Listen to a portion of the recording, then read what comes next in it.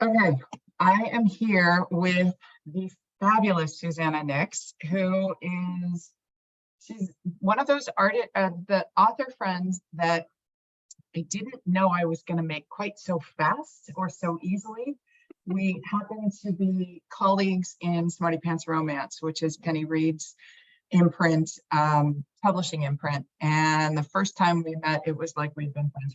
So I just saw Susannah at Book Bonanza, and her husband was wearing a kilt, and she had all kinds of fabulous kilty swag, stickers and bookmarks and things.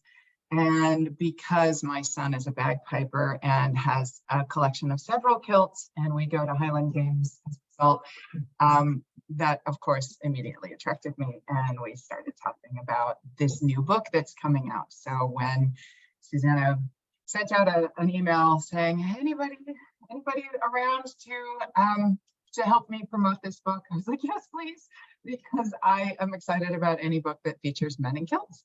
So Susannah Nix, welcome. And this is an experiment for me too, because I have not done a video interview where I was the interviewer with the purpose of just chatting about books and life and kilts and Highland Games and things. So I'm your guinea pig. Exactly. Thank you for that. I'm honored. Tell me about this book. Tell me what the title and what it's the basic plot, and then what inspired you to write it. All right. Well, I don't have a copy of the book yet. They're on a delivery truck, expected to arrive today, but I have these little postcards. It's called Good. Perfect. Order.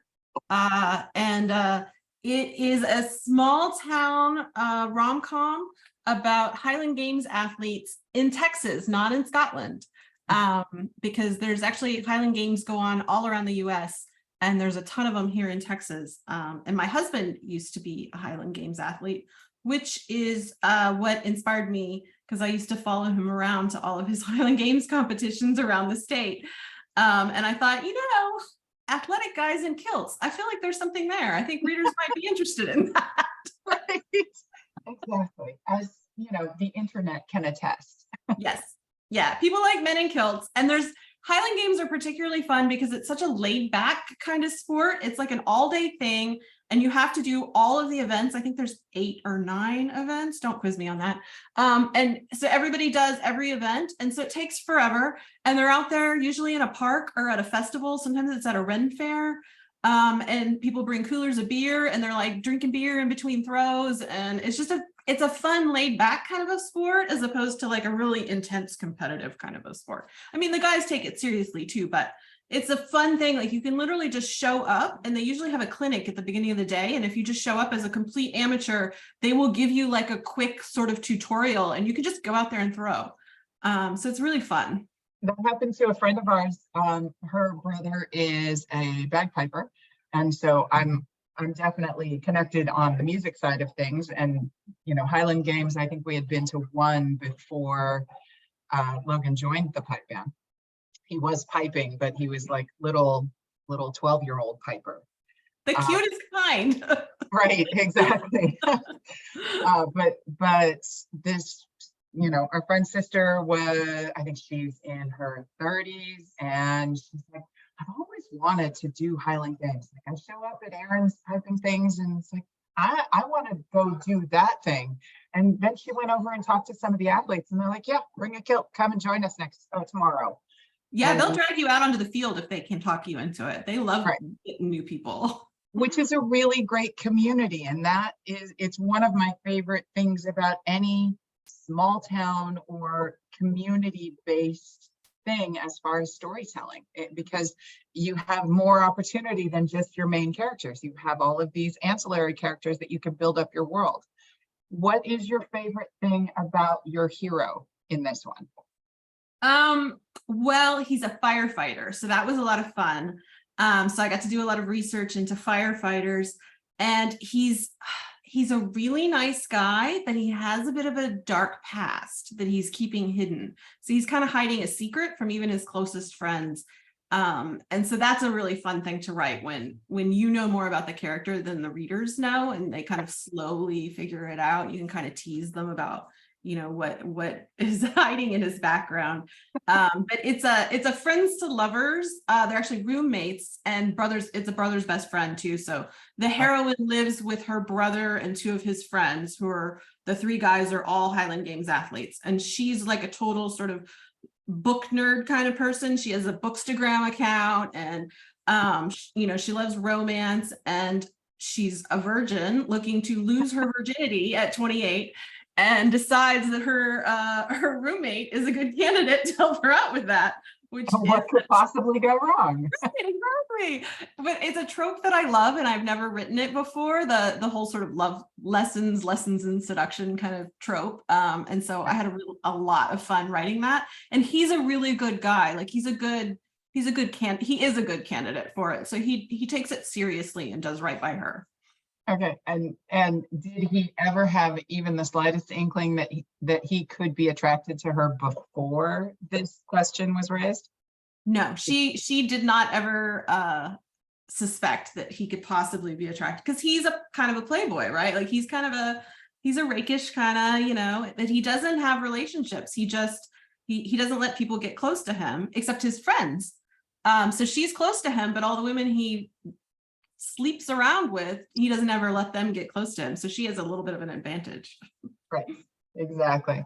So I have not read this book. I just downloaded it because I got an art with that email, which I'm very excited about, because you have two other books that may still be on sale right now. No, the sale ended yesterday. Oh. They're all full price again. But they are, I think, are they in KU or? No, they're not. No. They're wide. Well, it's that series. Yes. Yeah, that's my STEM romance series. Right. So how did you write STEM romance? I mean, where did that come from in your world? It was very difficult because I am a humanities major, not a science person. I like science, but I don't do science. But I have a ton of friends who do science, because I have a lot of nerdy friends, and I wanted to write romance heroines who were like my friends, people who were into nerdy stuff and had STEM jobs. And so I just based most of the characters' jobs on people that I knew in real life and made them help me by explaining to me what they did for a living. Right. And how that works, which was fun because I got some really unusual jobs.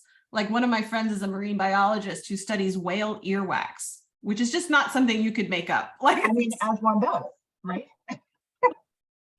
How much research do you do before you start to write or while you're writing?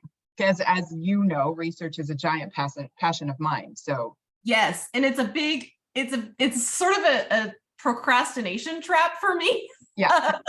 If it was up to me, I would just do nothing but research and never write the book. So I have to kind of cut myself off at a certain point.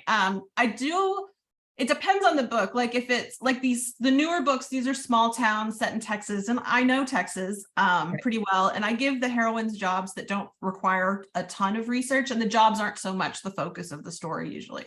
So that one requires less research. The STEM books required a lot of research to try and understand, how those jobs worked and, what they did and what kind of schooling they would have needed to do and what their workplace is like.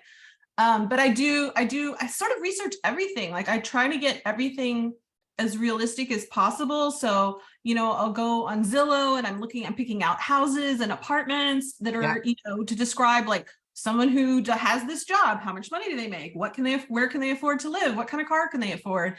And when I write younger characters, I'm big into trying to make sure their pop culture references are appropriate to their age, because I don't want to be that Gen Xer that's like writing 20-year-olds who are quoting The Breakfast Club necessarily. Like some of them can quote The Breakfast Club, but it's not really their touchstone the way it is ours. Right. So I have to go research like what posters did they have on their wall? What was their favorite movie when they were a teenager? Right. Cool. When you read, are you a mood reader, and what's your sort of span of different genres and tropes that you like? So when I used to just read nothing but sci-fi and fantasy. And when I started writing, I wanted to write a fantasy novel, like an epic fantasy. And I tried doing that, and I realized plotting is not really my wheelhouse, and fantasy requires too much plot. So then I switched to contemporary romance. And since I did that, that's all I read, because I'm kind of a slow reader. So I'm so busy trying to keep up with what's really hot in contemporary romance, that I don't really get to read as much outside of my genre. I have read a couple recently because I'm trying to kind of branch out a little bit more. So I've read a few fantasies lately. But my favorite trope is celebrity romances. Like, Oh, I'll read any celebrity romance you throw at me. I love it. And if it has fake dating, even better. In your previous life, in the before times of authoring, what did you do, and what are some of maybe the dreams that you had for your career? I was a communications major, and I did like advertising and marketing and public relations. For a while, I did media relations for the Olympic boxing team back in the 90s. Wow. Myself now, which is weird because I don't like boxing. I didn't know anything about it. So I had to like learn to write about boxing. And but it was, that was fun. And I wanted to, I really liked doing marketing stuff. And it helped me when I decided to become an author, because I know how to design graphics and I know how to write copy. And so that was a real advantage for me. I think that's one of the I don't know, the very first lessons that an author learns, besides writing the book. Got to write the book, got to finish the book, and then dealing with editors, or have someone, if it's not 10,000 friends that you send the book first, then you finally realize, no, I need to pay someone to do this. It's the sheer amount of marketing that we are all our own businesses, whether or not we're traditionally published.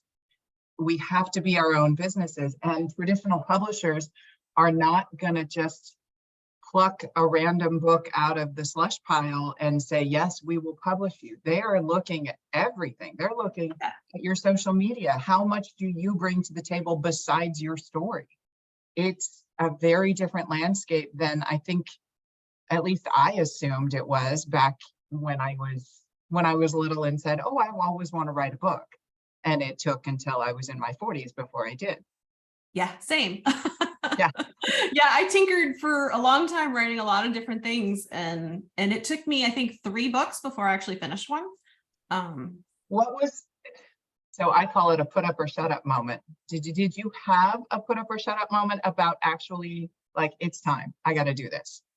I did actually. I had been writing fan fiction for a long time. And at a certain point, I realized that I had written so much fan fiction, and it was mostly the romance that I was really interested in writing. That was part of the reason I shifted away from trying to write fantasy, because I realized the only scenes I was really interested in were the ones where you have 2 people in a room together, sort of talking to each other and falling in love.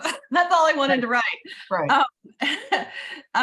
But yeah, so when our son went off to college, actually, is when I sort of said, okay, the house is empty. This is going to be my focus now. It's going to be quiet around the house all day long. I don't have anything else really to focus on. I'm just going to really take this seriously. And I invested, I set aside like a little chunk of money to spend for editing and buying a cover and all that kind of stuff. And I just pursued it like a business startup, not like I'm dabbling, but like I am starting a business. This is my seed money. This is my goal. This is my plan. If you could tell well, actually, it's a 2-part question. If you could tell yourself as a starting out writer to do anything, what would that be? And then part 2 would be, and if you could tell your young self something, give some piece of advice, or just tell her something, what would that be? For the first part, it would be plan your series ahead of time. Okay. Because when I published my debut book, I was so proud that I had written a book, and I didn't really know how to write a second book. Like, I didn't know how to follow it up. I didn't know what readers would want from a second book, and I hadn't set up the next book in the series. hadn't really considered writing a series at all. And so it makes it a little harder because the book 1 does not feed into book 2 as neatly as I would like. So it helps if you can set subsequent books up a little bit in advance. Okay. And then for your young self? For my young self, I would say, do not listen to your English teachers. Oh, good one. Because they really beat I was a huge reader growing up, and I've Mhm. always loved reading, but English class made me hate it. I mean, they never made me stop reading, but the books we read in English, I thought I hated every one of them. And they made me hate writing because we never did fiction writing. We only did, 5-paragraph papers and thesis sentences, and they sucked all the joy out of both reading and writing for me. And it didn't occur to me until years later that I actually enjoyed writing. And also I went back and read a bunch of those books that they made us read in English class and realized I love a lot of those books. Those are great books. Why did they make me hate them? Right. Well, I totally agree. You get a good teacher in any subject, but especially a subject that you are predisposed to liking, and it makes a world of difference, just the same as if you get a bad teacher. And there are no good and bad teachers, but there are ones who love a subject, and there are ones who are teaching it to some rubric or test that the system has beaten into them that has to be done, and that's rough. Yeah. I was a poli-sci major in college because I had an American history and government teachers who I adored. Right. And made me love the subject. That I never occurred to me that I would love those subjects before, but because I had 2 really good teachers, they inspired me to go on and major in it. And I had a great physics teacher, and he made me love science in a way that my other science teachers hadn't. Not enough to major in it, but enough to think I like science. Like he made me like science, and it's just such a gift to be able to do that for students. I agree. I had an English teacher in high school who gave me a piece of advice that I still use today, which is don't use a 50-cent word when a 5-cent word can do. Mm-hmm. And that because when you know the words, especially if you're a reader, you know them and you use them because you can, or you're showing off or whatever it is. And it gets in the way. It becomes something that you trip over, or that the reader trips over. What advice do you give aspiring authors now? Like whenever anybody comes up and says, I really want to write a book, what would you tell me? It depends on the person, I guess, like where they're at in their journey.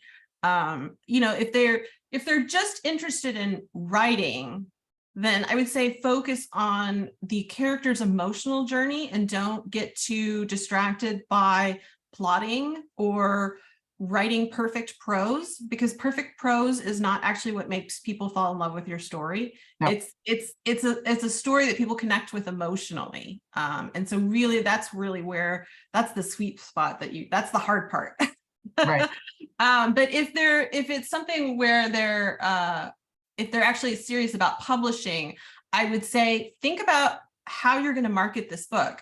What's the back cover copy going to be? What's the blurb? What's your 3-sentence pitch? Like if you can't describe your book easily in a way that makes people understand what it's about and why they want to read it, then you've got a problem. And that's really, I think, one of the biggest things that separates professional writers from amateurs is that ability to see how they're going to market their story before they write it.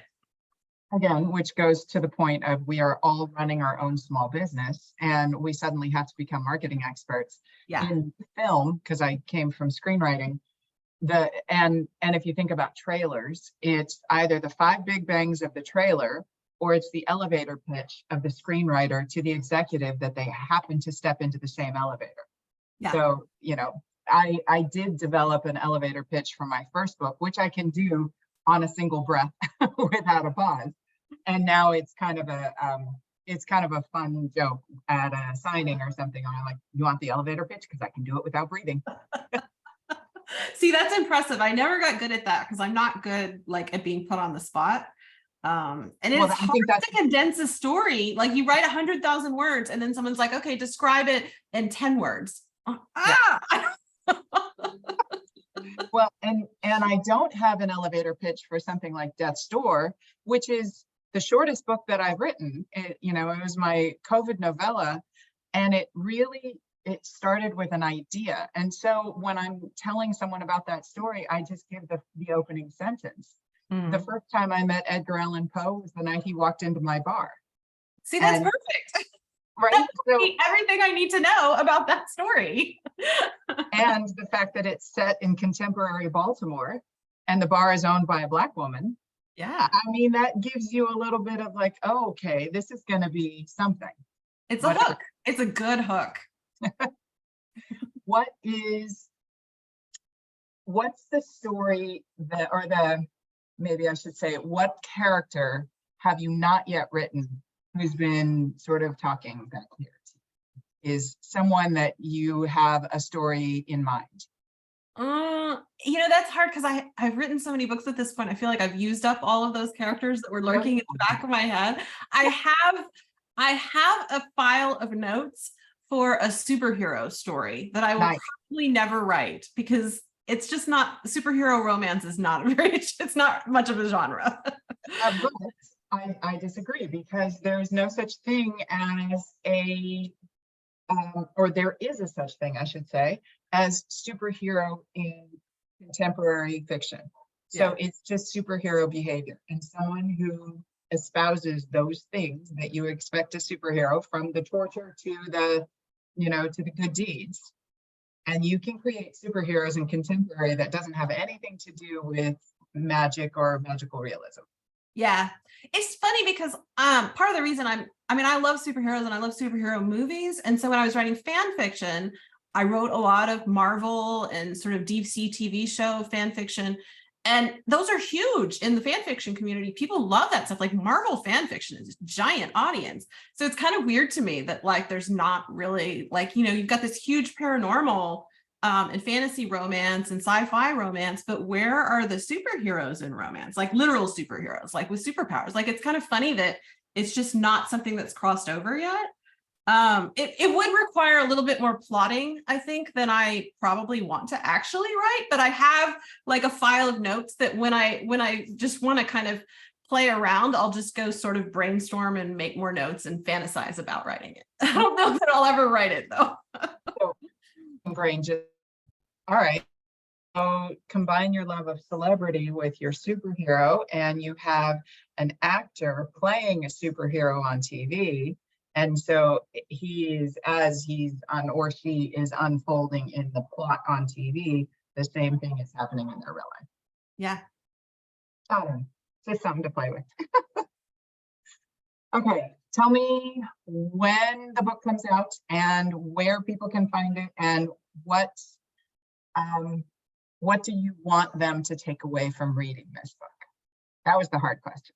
That's a hard question. It comes out on July 25th. And so it's available wide on all ebook retailers, and it'll be available in paperback and eventually audiobook. We just cast the audiobook. I can't say that, but the audiobook won't be coming out until the fall, probably, because scheduling and all is it dual perspective? Do you have both? Okay. Yeah, dual point of view, first person, and I'm really excited about the audiobook narrators. I wish I could say what it was. Yeah. So I guess the thing that I want people to take away from all of my romances is sort of, I like to write an example of a healthy, sort of balanced relationship between true partners. To me, that I think that's such an important thing for people to see examples of, either fictionally or in real life. And so that's really the thing that I'm always trying to do, is sort of portray, that give and take, the sort of, supporting each other, propping each other up. Nobody is taking advantage or taking more than their fair share, kind of thing. I think that's why I love your books, because they feel aspirational. They feel like, yeah, this is what a relationship is supposed to look like. And even when there is conflict, because there is inevitably conflict in life and in stories, everybody, you trust that it's all going to turn out fine. And, you know, the definition of romance is that there is a happy ending, but more than just they get together in the end, they both grow and and you root for them. And I love that. So well done. And thank you so much for being my guinea pig on this. Thanks for inviting me. This is great. Well, and thank you for sharing about this book. I'm really excited to read it, and not just for the guy in the kilt. Have a great day and happy release.